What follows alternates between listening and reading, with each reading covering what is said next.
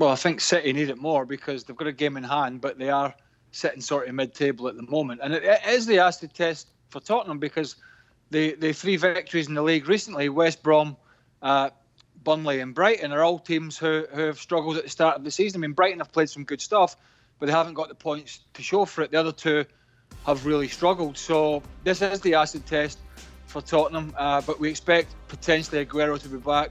Sterling should be fit after missing the international game. And probably Tottenham going to go with Eric Dyer at the back again, and I think City could take full advantage of that. Stevie, fair to say there are questions around both of these teams heading into this matchup. What do you think we see on Saturday? To be honest, I don't think there's that much to talk about with Spurs. We know exactly what Spurs and Jose Mourinho are going to do. It's basically about Manchester City and can they stop Bale and Kane and Son. You know they're going to sit Spurs and then counter. So I think this is pretty easy to predict how the game's going to go. The question is, will City start taking the chances or certainly start creating and scoring goals with the amount of time that they spend in most of the opposition's either penalty box or final third? That to me is the real key. If Manchester City going forward are on their game, then I think they can win this game. But listen, Jose Mourinho, absolute guarantee, sit tight and then use the pace to break. So whichever one of those ends up working best, we'll know that's who's going to win this game.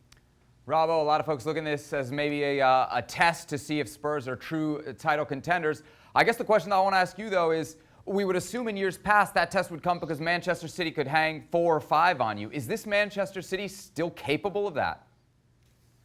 Yeah, of course it is. Yeah, Craig just mentioned that Aguero could be back, Sterling could be back, but 2 players that had exceptional international breaks. Foden scored a couple of goals against Iceland, and Ferran Torres scored a hat-trick against Germany. So if they play, they're still outstanding players coming in from the wide areas. And I would still say with Spurs, yes, they'll sit deep, but are the back 4 players good enough now to sit deep and defend really well and see the runs of Man City's midfield coming through, be aware of the danger? I don't think Jose Mourinho will be completely happy with the players he's got at the back. He's swapped and changed the back 4 on many occasions. So that's still going to be the test for Spurs. Is their back 4 good enough to cope with the movement of Manchester City? We were talking about this game yesterday, and I don't think you can discuss it without talking about the 2 managers, Pep Guardiola and Jose Mourinho. Craig, it's kind of crazy if you would have told me that when Mourinho took over Spurs in 2019, within a year, he'd be the hotter of the 2 managers, at least in the very immediate sense. I would have laughed at you, but that's kind of the case here in 2020, isn't it? Well, I think if you... well, let me put it one way. If both managers were up for grabs and you were a top club out there searching, there's only one route you're going to go at the moment, and that's Guardiola. But there's no doubt that Mourinho has got a little bit more swagger in his step again, which is nice to see because he was in the doldrums for a long time in his last job. He's done a good job so far. Stevie's absolutely right. They'll not change. They'll sit in, and it's up to Man City and their manager, who's signed a new deal, to see if he's learning his lessons in terms of where the Achilles heel has been with total domination of games, but leaving the back door open. It's cost him domestically last year. It cost him in Europe last year.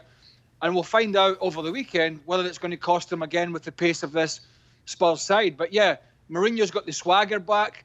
But Guardiola, if Man City pitch up and play their best, I think he'll be the one with the chest puffed out come Monday morning. So, Robert, then how do we explain City being in 10th place right now, just down to injuries, specifically Aguero missing so much time? A little bit of that. They also had a poor start to the season because of those injuries that you were talking about. They didn't have a lot of preparation.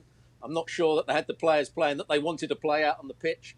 Pep Guardiola may have been a little bit complacent at the start of the season with how they were going to defend.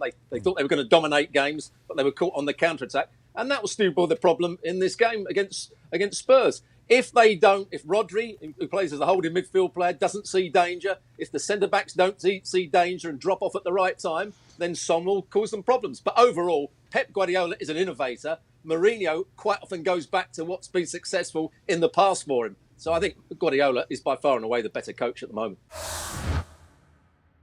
Thanks so much for watching ESPN on YouTube. And for more sports highlights and analysis, be sure to download the ESPN app. And for premium content and live streaming, subscribe to ESPN Plus.